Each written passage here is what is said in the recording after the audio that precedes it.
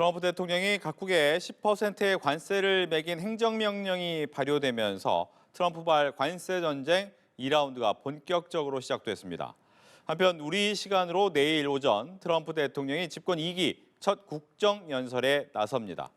민정원 국립외교원 교수와 자세한 이야기 나눠보겠습니다. 안녕하십니까? 네, 안녕하세요. 네. 오늘 오후 2시 1분에 이제 발의가 된 것이 10% 관세예요. 처음에 10% 얘기했다가 15%까지 할 수 있다. 그런데 결국은 10%로 처음에 한 겁니다. 이유가 어디 있을까요? 아무래도 일단 그 연방대법원에서 상호 관세가 무효 판결이 나온 다음에 네. 이제 그 첫 번째 10% 부과를 발표를 했잖아요. 그렇죠. 10% 부과를 발표한 이유를 생각해 보면 상호 관세가 우리나라의 경우 예를 들어 보면 15%로 구성이 됐는데 그걸 들여다보면 베이스라인 테리프라고 해서 기본 관세가 10%가 있어요. 거기다가 플러스 5%가 부과가 돼서 15%거든 총. 그러니까 이걸 구성을 다른 나라에도 보면 기본적으로 상호 관세의 그 밑바닥에는 그 베이스라인 테리프라고 해서 기본 관세가 10%가 깔려 있습니다. 이거는 트럼프 행정부가 무역수 적자를 줄이고 세수 확보를 위해서 전 세계 공통적으로 부과하는 더 기본적인 그 관세라고 볼 수가 있거든요. 네. 그 부분을 고려한 것 같아요. 그래서 10%를 우선적으로 그건 지켜야 된다. 이 베이스라인을 보여준 거고 거기에 10%뭐 확보를 했지만 그럼에도 불구하고 한국, 일본, EU 같은 주요 교역 대상국들에게 부과된 상호관세를 보니 네. 15%니까 어떤 무역법 그 122조에서 허용할 수 있는 그 최대 관세율이 15%니까 15%를 올리는 것이 어떻겠느냐 이 부분을 고려한 것 같아요. 그래서 우선적으로 10%를 발의했는데 15% 발의를 위해서 별도의 행정명령, 뭐 포고령을 준비한다고 하니까 그건 지켜봐야 되겠습니다. 그래서 트럼프 대통령이 이미 10%에서 15% 시차를 또 얘기했기 때문에 그런 시차를 고려한 것인지 아니면 말씀해 주신 것처럼 동맹들의 반발이라든지 여타 그 여론을 고려해서 좀 한 발 후퇴한 것인지 그건 좀 지켜봐야 될 것 같습니다. 예. 일단 뭐 강공 모드를 계속 이야기는 하고 있어요. SNS를 보면 만약 대법원 결정 때문에 장난치려 한다면 더 높은 관세 아니면 나쁜 결과 초래할 것이다. 나쁜 결과면 뭐 관세 올릴 거는 예상이 되는데 나쁜 결과는 뭘까요? 아무래도 뭐 미국과의 관계가 틀어진다는 것을 보여주는 것 아닌가 싶습니다. 그러니까 트럼프 대통령이 계속 강공 모드로 나가는 것은 그만큼 관세라는 것이 트럼프 2기 행정부의 대내외 정책의 핵심 수단이기 때문에 결코 포기할 수 없다는 것을 대내적으로 어떻게 보면 공표한다 이렇게 확인한다 이렇게 볼 수가 있는 부분이거든요. 그런 부분에서 트럼프 대통령이 가장 정치적 성과 중에 하나로 부각하고 있는 그런 대규모 투자 있지 않습니까? 이 부분은 유지돼야 된다는 부분에 대해서 다시 한번 재확인해 주는 거고요. 이제 이러한 그 상호 관세가 뭐 무효가 됐기 때문에 그 무효가 된 수단으로 이루어진 결과인 그런 관세 협상도 또 효력이 없다 이런 부분에 대해서 어떤 세계 일각에서 뭐 그러한 주장이나 목소리가 나고 있기 때문에 그러한 것을 원천 차단하려는 그런 시도가 아닌가 보고 있습니다. 예. 또 하나는 이른바 앞서 잠깐 얘기를 해주셨지만 15% 인상 말고도 이제 국가안보 관세를 추진하겠다라고 하는데 이런 국가안보 관세 이 근거도 법적으로 있다고 하는데 가능한 겁니까? 그러니까 지켜봐야 될 것 같아요. 근데 지금까지 쓰인 그 관세, 행정부가 의회의 그 위임을 받아가지고 쓸 수 있는 여러 가지 관세가 있는데 네. 대표적인 것이 잘 알려진 무역법 301조라든지 무역확장법 이제 232조 이 부분은 광범위하게 쓰이고 있는 관세이기 때문에 이 두 개의 관세가 그 핵심이 되지 않을까 생각을 하고 있습니다. 그래서 무역법 301조 같은 경우에는 미국에 대해 불공정하고 차별적인 무역 관행을 보여주는 국가에 대해서 부과할 수 있는 관세고요. 이거는 행정부가 연방의회 그 권한을 위임받았기 때문에 어떤 조사를 거쳐서 절차를 거쳐서 부과할 수 있는 거고요. 232조 같은 경우에는 거의 동일한 이유로 국가안보를 이유로 또 불공정한 품목 그걸 수출하는 국가에 대해서 부과할 수 있는 거기 때문에 이 두 개를 적절히 활용을 하면 상호가 15%보다 훨씬 더 높은 세율을 이제 어떤 기한 제한 없이 이제 무기한으로 발동할 수 있는 그러한 법적 토대가 되고 있기 때문에 이러한 두 개만 활용을 하더라도 네. 상호 관세보다 훨씬 더 강력한 수단 그리고 법적으로 어떤 연방 대법원에서 어떻게든 태클을 걸 수 없는 그러한 그 관세를 활용할 수 있기 때문에 그러한 부분을 강조하는 것이 아닌가 생각하고 있습니다. 네. 일반적인 관세가 한 10%인데 이제 부분 관세를 넣는다. 특히 국가 안보라고 하는 데가 이제 배터리나 철제 부품이 포함된 산업이라고 한다면 미국 내 산업 보호하겠다는 겁니까? 아니면 좀 우리한테 적대적인 나라한테 관세를 많이 매겠다 이렇게 봐야 됩니까? 그러니까 이번에도 그 상호 관세율을 이제 그 상호 관세율이 그 무효가 상호 관세 무효가 되고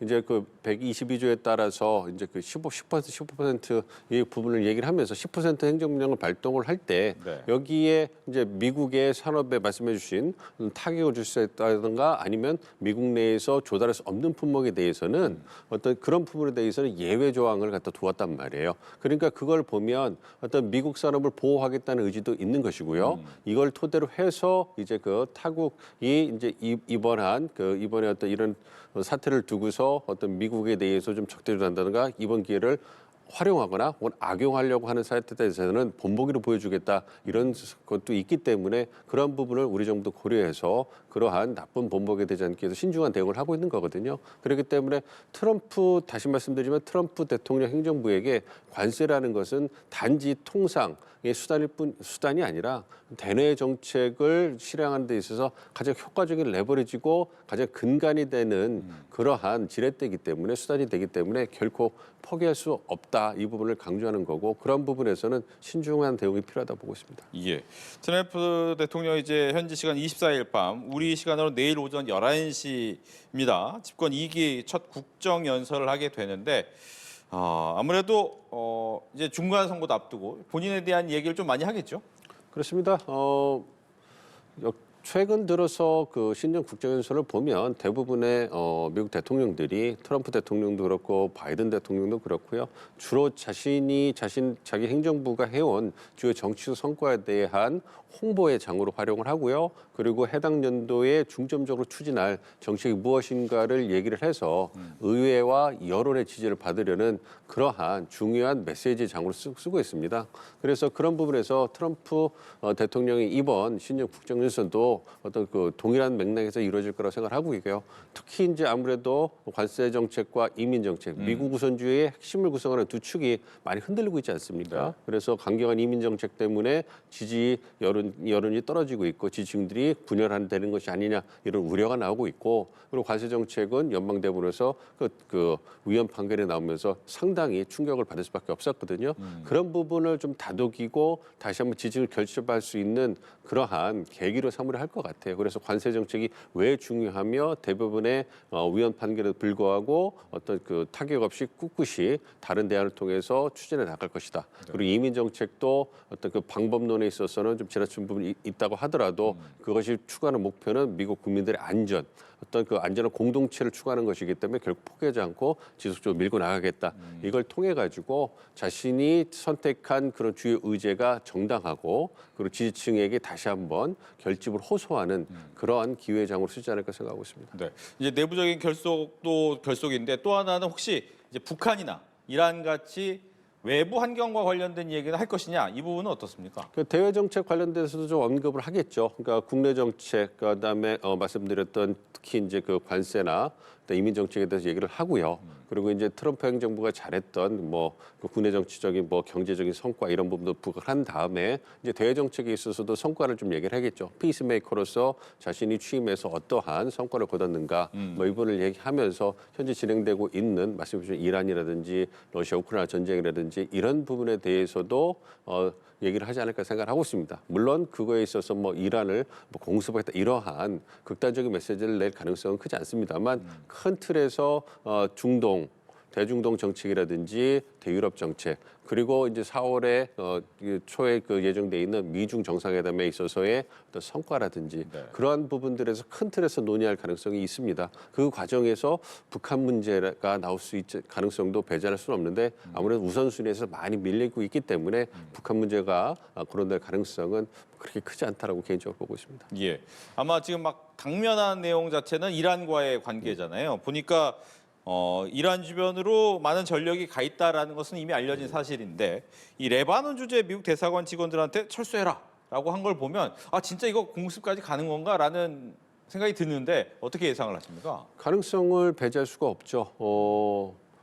얼마 전에 이란 내에서 어떤 시위가 일어났을 때 강경 진압했지 않습니까? 그때는 미국이 공습을 하거나 군사 작동을 하기에 목표도 불분명하고 어떤 방법이라든지 타겟도 불분명했기 때문에 효과가 불분명했기 때문에 그 군사적 작전을 하기가 좀 어려웠을 거다 이렇게 생각을 했고 네. 실제로 그렇게 진행이 된 것 같은데요. 지금은 공습할 수 있는 여건이 훨씬 좋아졌어요. 그러니까 핵 협상에 있어서 성과가 나오지 않으면 그렇다면 그 원인을 제거하는 것도 또 다른 대안이 될 수가 있기 때문에 군사 시설이라든지 핵 시설 그리고 어떤 그 군사 지도자가 있는 옛날에 술레이마니 그 어떤 그 혁명 수비대 어떤 지도자를 암살한 것처럼 그걸 통해서 강력한 메시지를 줄 수가 있거든요. 네. 그런 부분에 있어서 어떤 그 군사적 행동을 할 수 있다. 그렇기 때문에 26일 날 예정돼 있는 미국과 이란 간의 어떤 그러한 협상 결과가 3차 협상이 불발로 끝난다면 그렇다면 미국 입장에서는 그 막대한 전력을 지금 이란 앞에다 배치해 놓지 않았습니까?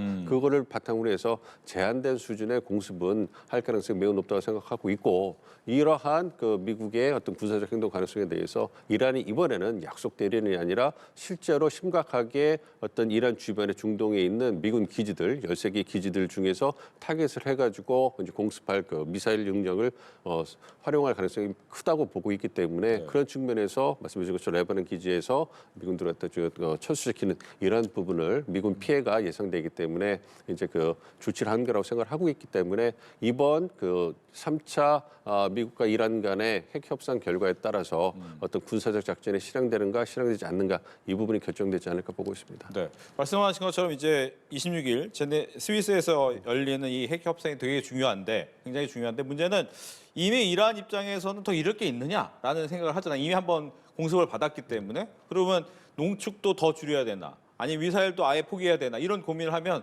그럼 우리는 잃을 게 없는데 그냥 가자 이렇게 할 수 있는 거 아닙니까?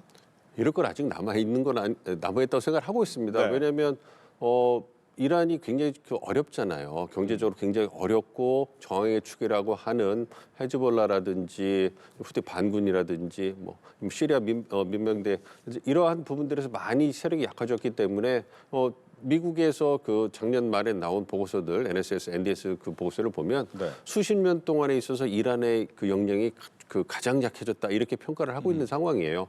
이런 상황에서 만약에 미국과의 군사적인 충돌이 있어가지고 추가적인 타격을 받는다면 그렇다면 정권의 존립 자체도 위협을 받을 수가 있거든요. 그거는 그 상당한 타격이 될 수 있고 이번에 미국과의 관계를 잘 조율을 해가지고 넘어간다면 그렇다면 또 이란이 다시 재개할 수 있는 충분한 잠재력을 가진 국가거든요. 그렇기 때문에 극단적인 선택을 하지 않을 거라고 생각을 하고 있습니다. 이란도. 그래서 어쨌든 미국이 강력하게 나와서 압박을 하면서 협상 결과를 끌어내려고 하고 있기 때문에 그러한 부분에 있어서 이란도 외교적으로 대응을 하고 있지만 어떤 그 미국이 수용할 수 있는 물론 미사일 역량을 갖다가 제한한 이 부분까지 이란이 그 수용하기는 어렵겠습니다만 핵 역량을 상징적 수준으로 매우 낮추는 그러니까 5% 미만까지 낮추는 이러한 부분에서 있어서는 유연한 모습을 보여줄 가능성이 있기 때문에 이 부분에서 양국이 타협을 할 수 있다면 그러면 극적으로 이번 핵 협상이 진전을 거둘 가능성도 상당히 있다고 보고 있습니다. 예.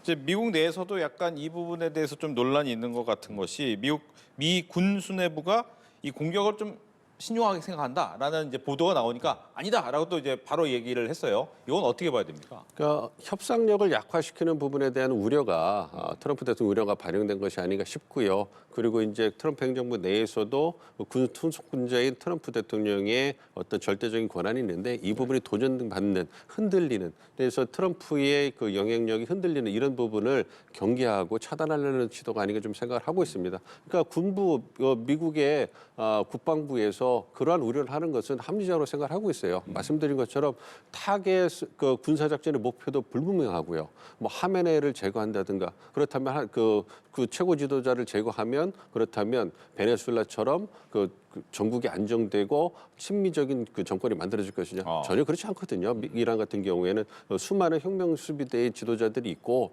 또 다른 강경파 반미를 주장하는 강경파가 등극할 가능성이 높고 그리고 그 모든 그 국내 세력들 그리고 어떤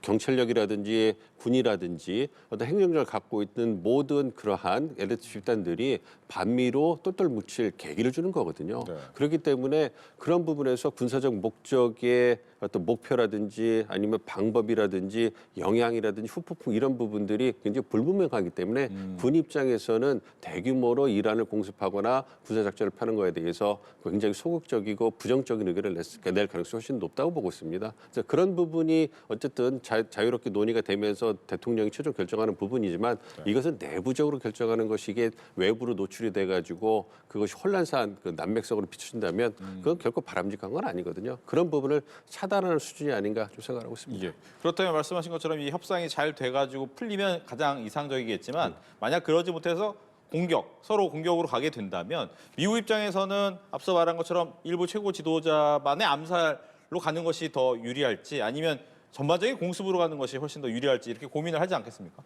그렇습니다. 고민을 할 텐데요. 그럼에도 불구하고 핵협상이 이제 결렬이 돼서 미국이 군사적인 그 작전을 수행해야 된다면 지금 이제 나오고 있는 뭐 코피 작전이라든지 제한적 어떤 수준의 군사 작전이 그 가장 그 현실적이지 않을까 싶은 생각을 하고 있습니다. 말씀드린 것처럼 군사 시설이나 핵 시설을 때리고 그와 관련된 그 역량과 관련된 군사 지도자를 제거하는 수준에서의 어떤 군사 작전으로 마무리가 되고 이에 대해서 이제 그 이란이 어떤 그 주변에 있는 그 미군 기지를 갖다 공격하면서 어떤 한번 주고받기가 이루어지지 않을까 좀 생각을 하고 있습니다. 그 정도에서 이제 일단락이 될 가능성이 높고요. 그렇지만 그 과정에서 미국이나 이란 측의 예상 외에 뭐 많은 그 인명 그 손실이 있다든가 민간인이 그 이제 희생당하는 그런 그 상황이 발전하면 그것이 이제 확전으로 갈 가능성이 있기 때문에 그런 부분을 좀 지켜봐야 될 것 같습니다. 네. 러시아와 우크라이나 전쟁이든 안 할 수가 없을 것 같습니다. 오늘이 이제 4년이 됐습니다. 원래는 뭐 굉장히 빨리 끝날 것 같다라고 했는데 벌써 4년이나 시간이 지났는데 결과적으로 이 우크라이나와 러시아의 이 전쟁이 국제사회에 어떤 영향을 미쳤습니까? 그러니까 가장 큰 그 영향은 모두가 놀랐는데 뭐 어떤 부분에서 충격을 받았냐면 21세기라는 쉽게 말하면 최첨단 시대, 기술의 시대, 정보의 시대에 이러한 대규모의 그리고 장기간의 재래식 전쟁이 일어날 거라고 예상한 사람은 아무도 없었어요.